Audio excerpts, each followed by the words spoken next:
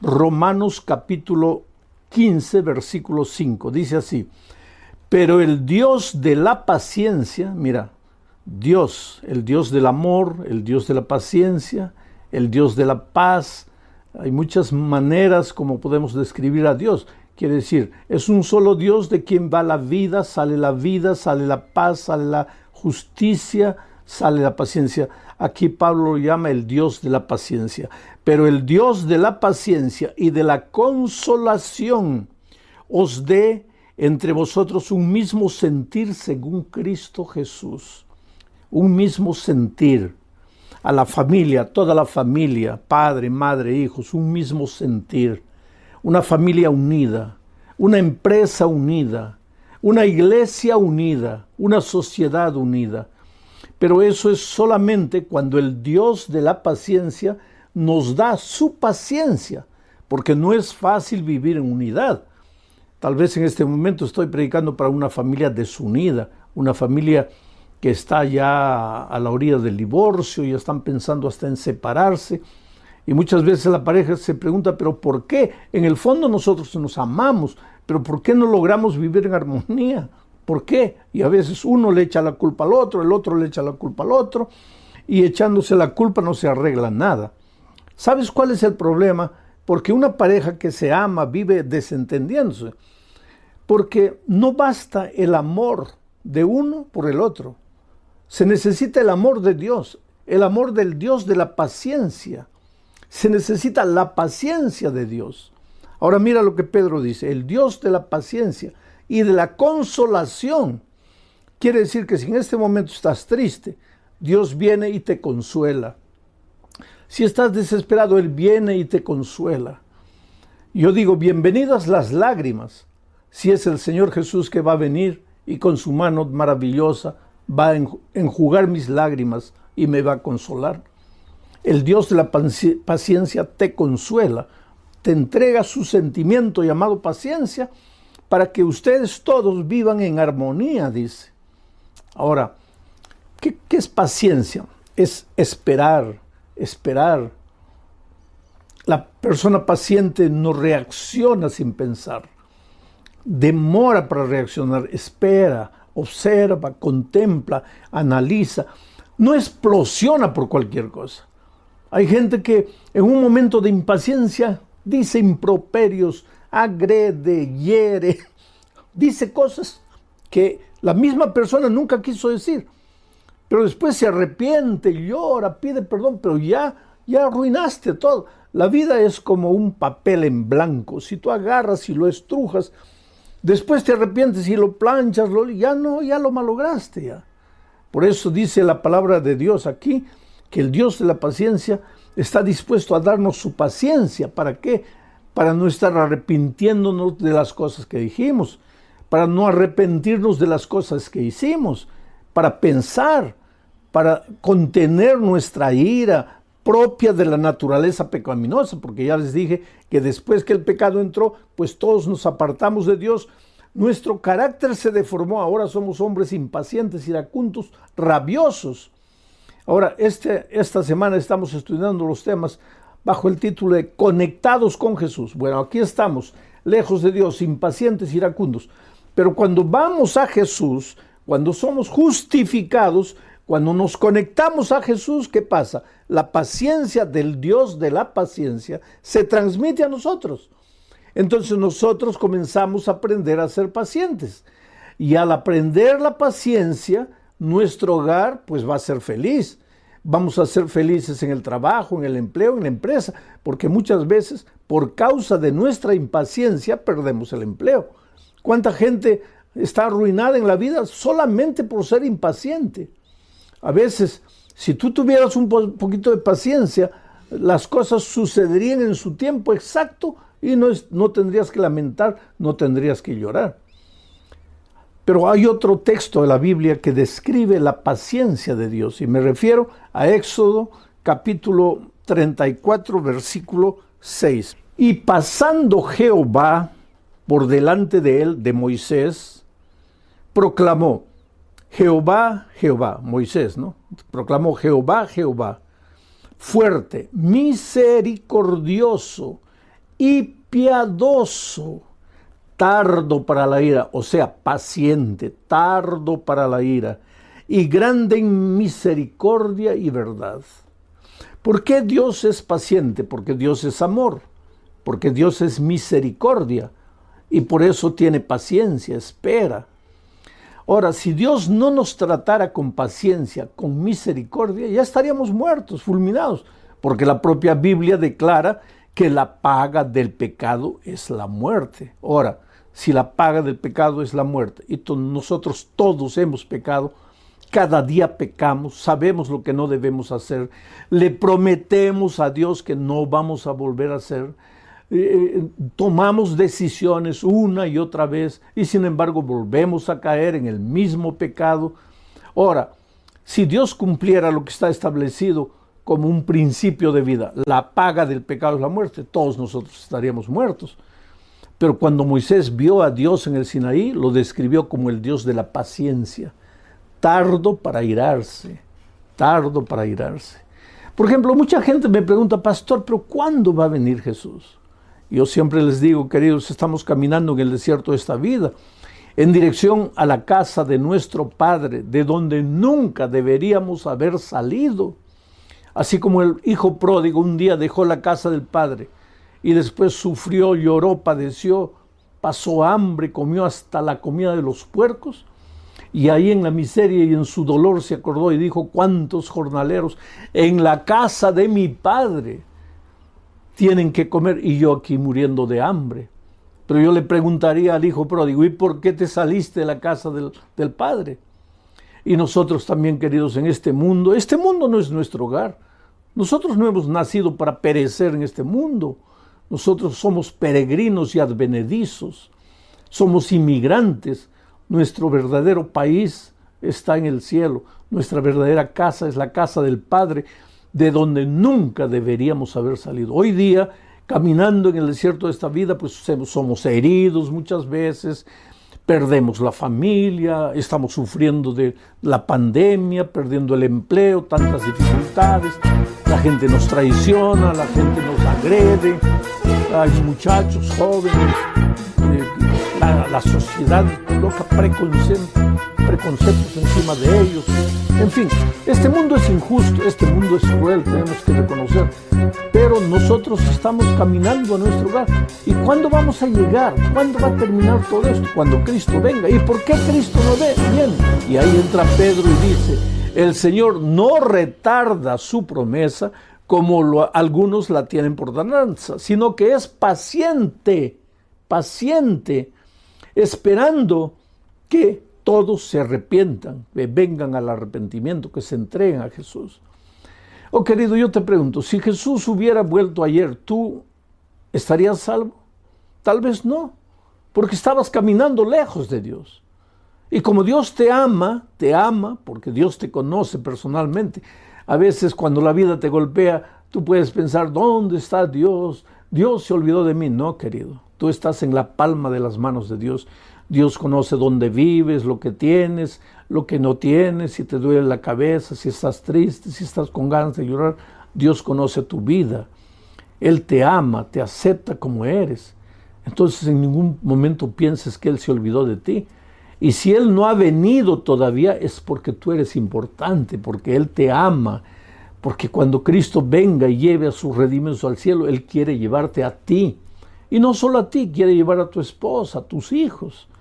Y si en este momento estoy predicando por una esposa e hijos que están en la iglesia, pero el esposo no, y estos días tú como esposo estás escuchando así medio desconfiado, yo quiero decirte que Jesús viene, va a llevar a tu esposa y a tus hijos, pero quiere llevarte a ti también, porque tú eres importante para Dios, Dios te ama, tú no te dabas cuenta tal vez, tú estabas tan ocupado trabajando en las luchas de la vida, o tal vez tan absorto por los placeres de este mundo que no te dabas cuenta que Jesús está corriendo atrás de ti y Dios está usando el instrumento llamado tu esposa, tus hijos, para llegar a tu corazón. Y en esta noche no son mis palabras las que te están llegando al corazón, son las palabras de Dios. Yo soy apenas una herramienta en las manos de Dios para tocar tu corazón. Bueno, ese es el Dios de la paciencia, el Dios tardo en airarse, el Dios que no permite que Jesús venga todavía, no porque se está demorando, sino porque es paciente, esperando que tú te arrepientes, que tú estés preparado para encontrarte con Jesucristo. Entonces viene la otra pregunta, pero pastor, ¿por qué ese Dios paciente hizo tantas cosas terribles en el pasado, especialmente en el Antiguo Testamento? El otro día yo encontré un joven universitario que me decía justamente eso. Pastor, para mí, cuando yo leo la Biblia, parece que hubiera dos dioses. Un Dios del Antiguo Testamento, que es bravo, justiciero, su nombre Jehová de los ejércitos, soldado, guerra, batalla. Un Dios que no perdona, un Dios intransigente, un Dios radical. Un Dios que no acepta que sus hijos se desvíen, que mata, no solamente mata a los hombres, mata a mujeres, niños. ¿Qué Dios es ese? Y entonces ese muchacho me decía, cuando yo vengo al Nuevo Testamento, ahí encuentro ya un Dios diferente, porque el Señor Jesucristo ama, perdona, justifica, espera, nos da su gracia. Entonces este joven universitario me decía, pastor, yo no consigo armonizar esos dos dioses, el Dios del Antiguo Testamento y el Dios del Nuevo Testamento. Sin embargo, querido, te digo que no hay dos dioses, hay un solo Dios. El Dios del Antiguo Testamento es el mismo Dios del Nuevo Testamento. El Padre y el Hijo son el mismo Dios, el Espíritu Santo junto con ellos.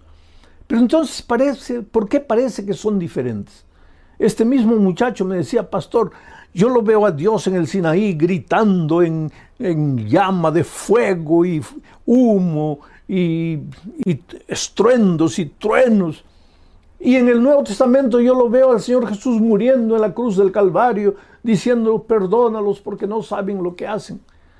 Parece que el Dios del Nuevo Testamento es paciente, pero el Dios del Antiguo Testamento es impaciente. Pero ¿cómo impaciente? Si acabamos de leer el texto de Éxodo que dice que Moisés vio a Dios y lo describió tardo para la ira. Pero si es tardo para la ira, ¿por qué hubo tanta matanza en el Antiguo Testamento? Esa es una cosa que mucha gente no entiende, mucha gente se preocupa y mucha gente se intriga.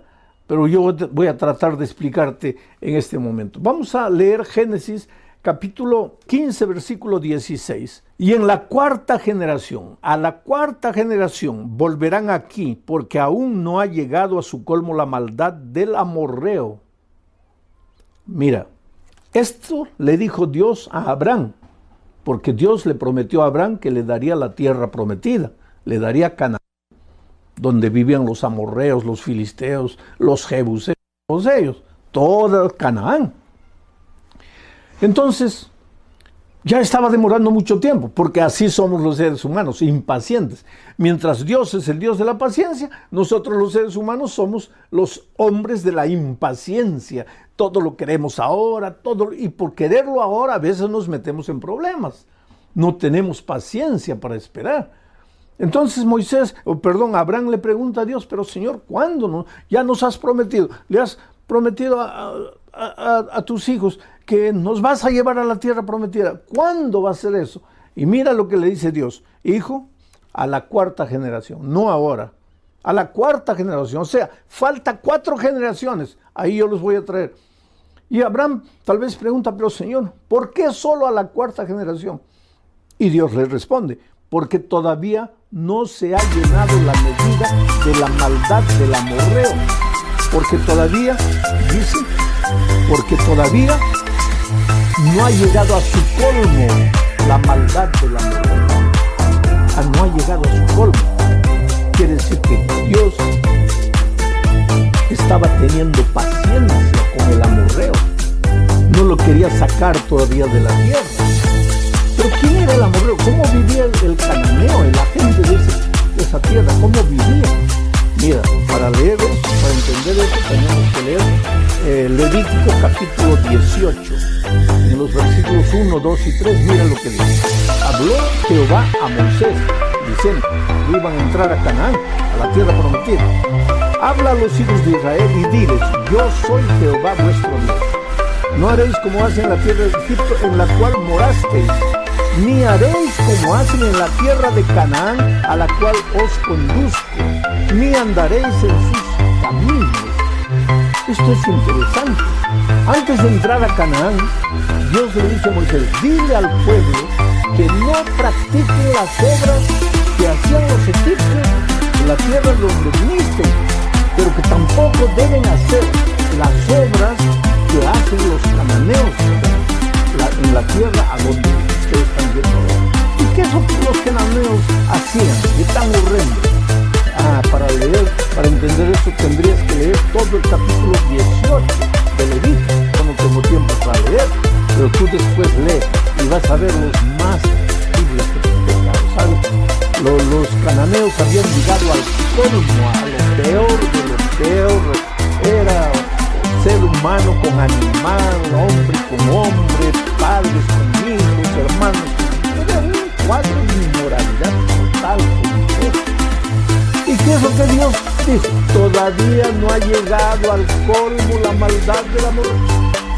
Pasan 100 años. El pueblo se sigue hundiendo en la miseria. Ya no saben qué pecado inventar. El pueblo de Dios reclama, Señor, ¿cuándo nos vas a dar las tierras? Y Dios dice, todavía no ha llegado al colmo la maldad del amor. Pasan 200 años, todavía no ha llegado al colmo la maldad del amor. 300 años, todavía no ha llegado al colmo. 400 años, todavía no ha llegado al colmo. Ahora, no vas a decir, bueno, pero finalmente la paciencia de Dios se acabó. No, querido. ¿Cómo la paciencia de Dios se va a acabar? Si Él es tardo para la ira.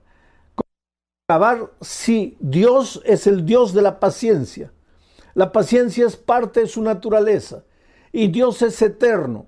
Entonces, ¿cómo la paciencia divina se va a acabar? No es que la paciencia divina se acaba.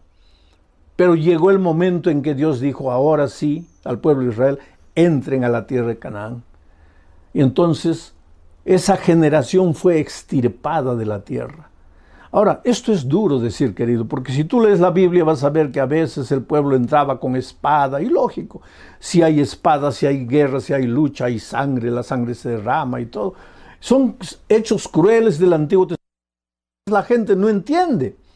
Pero te voy a decir, en ese tiempo el clima era de guerra, así vivían las naciones, guerreando, peleando una contra otra, quitándose el territorio, matándose, era la cultura de su pueblo. Hoy día para nosotros nos parece horrendo, nos parece grotesco, porque nuestra cultura es diferente de esos días. Pero lo que pasó con los amorreos, con los jebuseos, con todos los cananeos, fue lo que el médico hace muchas veces cuando se gangrena el cuerpo. Comienza la gangrena a subir. ¿Y qué hace el médico? El médico llama al paciente y dice, mira, si no paramos con la gangrena, esta gangrena se va a apoderar de todo tu cuerpo y vas a morir. Entonces, aunque sea lamentable, vamos a tener que amputarte el brazo. Te vamos a tener que cortar el brazo. Y se procede a la cirugía y se le amputa el brazo. Ahora, ¿es ideal que un brazo sea cortado del cuerpo? No, no es lo ideal. Pero es lo mejor para salvar al resto del cuerpo. A veces Dios ha tomado en la historia algunas medidas drásticas que nosotros no entendemos. Fue injusto, pobres seres humanos, ¿cómo les quitó la vida? Pero si Dios no hubiera hecho eso, la humanidad toda, ¿a dónde hubiera ido? ¿A dónde se hubiera degenerado? Quiere decir, Dios en su infinito amor muchas veces tuvo que amputar un dedo, tuvo que amputar una mano del cuerpo, todo de la humanidad, pero no era por maldad, era por el propio bien de la humanidad. Ahora muchos dicen, entonces ese Dios ya pasó, ese Dios salvaje, ese Señor de los ejércitos, ya acabó. Ahora viene Dios de la gracia, el Nuevo Testamento. No, querido, eso es lo que mucha gente no entiende. Dios no cambia. El Dios de la paciencia del Nuevo Testamento es el mismo Dios de la paciencia del Antiguo Testamento. Y el mismo Dios del Antiguo Testamento que tuvo que amputar un brazo es el mismo Dios del Nuevo Testamento. que llegado el momento, hoy día dice el Señor no retarda su promesa, sino que espera pacientemente que te arrepientas, mas va a llegar un momento en que la Biblia dice, el justo será justo y el injusto continuará siendo injusto. Quiere decir, la puerta de la gracia se cerrará y Cristo vendrá a esta tierra. Entonces vi el cielo abierto. Esta es una visión de Juan, de la segunda venida. El cielo abierto, y he aquí un caballo blanco. El que lo montaba se llamaba Fiel y Verdadero. ¿Quién es este? Jesucristo. Y con justicia juzga y pelea. ¿Quién es este? Cristo, el Cristo de la gracia, el Jesús de la misericordia, del amor, de la longanimidad, pero viene con justicia para pelear. Esto es interesante. El versículo 12 dice, sus ojos eran como llama de fuego.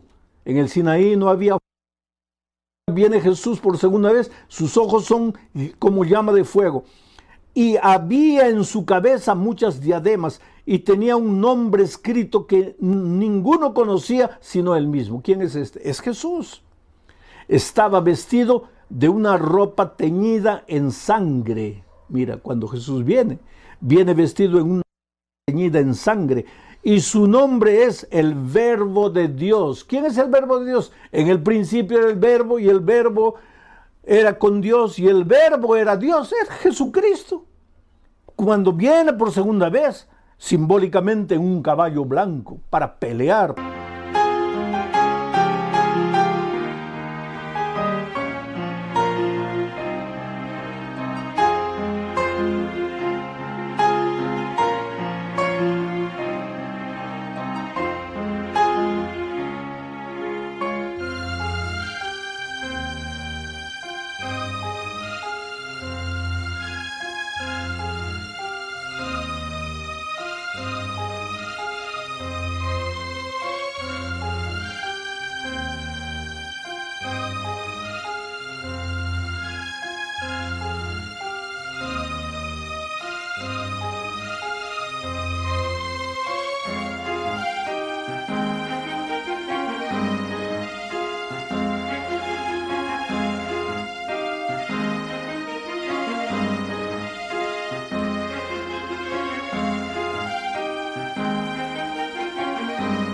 Para juzgar con justicia. No es el Dios de la gracia, es el Dios justiciero. El mismo Dios justiciero del Antiguo Testamento está de nuevo aquí. Pero el mismo Dios de la gracia y la paciencia del Nuevo Testamento está en el Antiguo Testamento. Es el mismo Dios. ¿Y por qué está teñido de sangre su vestido? Interesante. Isaías responde. Isaías capítulo 63, versículo 1 al 3, responde, mira, ¿quién es este que viene de Edom, de Bosra, con vestidos rojos? Este, hermoso en su vestido, que marcha en grandeza, en la grandeza del poder. Mira cómo combina la descripción con la descripción de Juan en Apocalipsis. Este hermoso en su vestido que marcha en la grandeza de su poder. Y ahí responde Dios, yo, el que hablo en justicia, grande para salvar. El mismo Dios, Apocalipsis. Y entonces el profeta pregunta, ¿por qué es rojo tu vestido y tus ropas como el del que ha pisado en lagar? Y entonces responde el Dios, solo el lagar. ¿Y a qué se refiere el lagar? La humanidad, a los hombres impiedosos que no han aceptado el mensaje de la gracia de Cristo. Yo he pisado solo el lagar y de los pueblos nadie había conmigo. Los pisé con mi ira y los hollé con mi furor y su sangre salpicó mis vestidos y manché todas.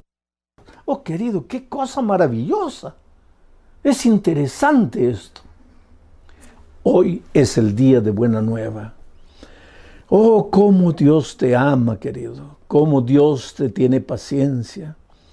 Cómo Dios soporta todo lo que haces. A veces vienes a la iglesia, después te pierdes 2, 3 meses en la miseria del pecado.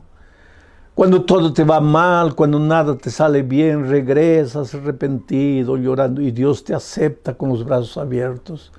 ¿Por qué? Porque la puerta todavía está abierta. Como la puerta de la gracia está abierta, tú puedes entrar, pero al mismo tiempo puedes salir. Pero un día dice la palabra de Dios que la puerta de la gracia se cerrará. Y el que está adentro, pues ya estará adentro. Y el que quiere entrar ya no podrá entrar. Pero hoy todavía la puerta de la gracia está abierta. Y Dios te llama. Porque tú vales mucho, querido, con ese carácter terrible que tienes, así impaciente, así peleador, discutidor, egoísta, mentiroso, orgulloso. Tú eres lo más precioso que Dios tiene en esta vida. Y si en este momento tú estás sufriendo, no es porque Dios te está castigando, no es porque Dios se olvidó de ti. ¿Cómo se va a olvidar de ti? Si Dios sabe cuando un cabello cae, si Dios sabe cuando un pajarito muere, tú vales mucho más que un cabello, tú vales mucho más que un pajarito. ¿Cómo es que Dios no va a saber que estás sufriendo en este momento? Por favor, querido, ven a Jesús, entrégate a Jesús, devuélvete a Jesús, dile: Señor, perdóname. He caminado como un caballito loco por las praderas salvajes de mi libertad. He vivido dando rienda suelta a mis instintos y me he herido. Y ojalá que me hubiera herido solo. Lo peor es que herí a mi esposa, herí a mis hijos, herí a mis padres. Pero me duele, Señor, y yo no tengo fuerzas, yo no puedo. Solo tú puedes hacer algo por mí.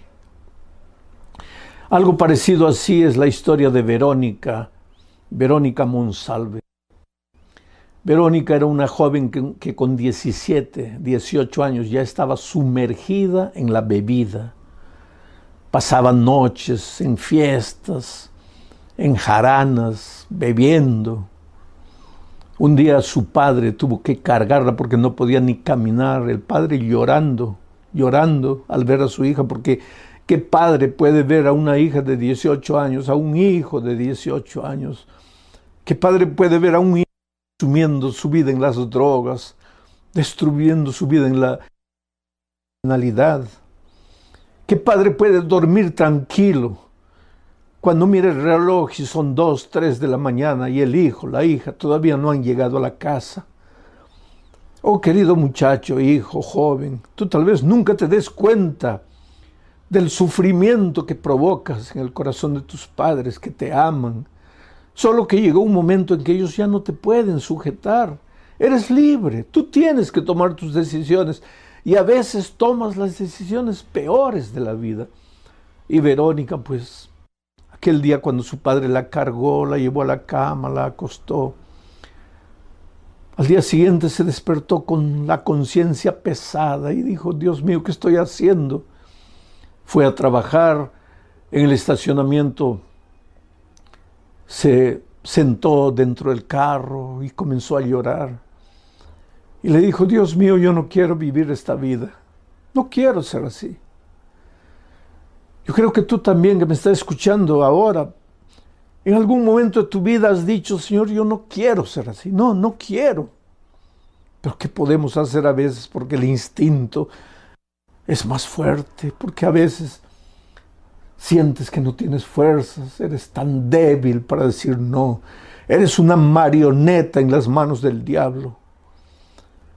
Pero pobre Verónica clamó a Dios, dijo: Señor, hazme conocer a alguien en esta tierra que me ayude, haz un milagro, ayúdame, yo no sé cómo, porque yo no puedo. Ese día, cuando salió del trabajo y estaba yendo para la casa, a 20 metros del lugar donde trabajaba, se chocó con otro carro. Ahí los compañeros de trabajo para auxiliarla. Gracias a Dios no le pasó nada, pero el carro estaba golpeado y había que llevarlo a una mecánica. Y un amigo del trabajo le dijo: mira, yo conozco a un mecánico, te voy a recomendar. Y ella fue llevando...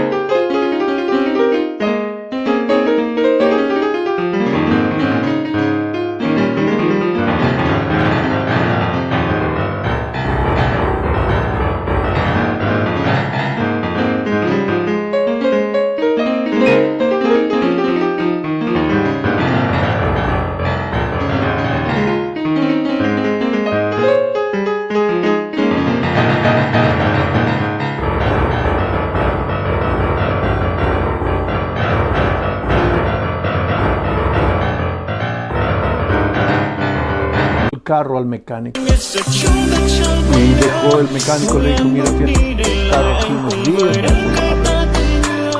Y ella no tenía cómo regresar para casa.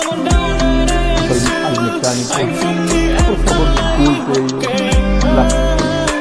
pero podría darme un ride hasta mi casa. Y el mecánico le llevó. Era un mecánico pobre. En el camino a casa comenzaron a conversar. Y comenzaron a conversar de cosas espirituales. Y ella abrió su corazón y le contó las luchas de su vida. Le contó el vacío que se apoderaba de su vida. Le contó que ella quería cambiar de vida, pero que no tenía fuerzas, no podía. Y por esas cosas de la vida, ese mecánico joven, soltero, era un fiel miembro de iglesia, un cristiano, y le habló de Jesús. Y comenzaron a estudiar la Biblia. Y en poco tiempo después ellos comenzaron a noviar. Pero ella comenzó a estudiar la Biblia y se bautizó. La muchacha que nunca podría cambiar de vida, pero que se encontró con Jesucristo.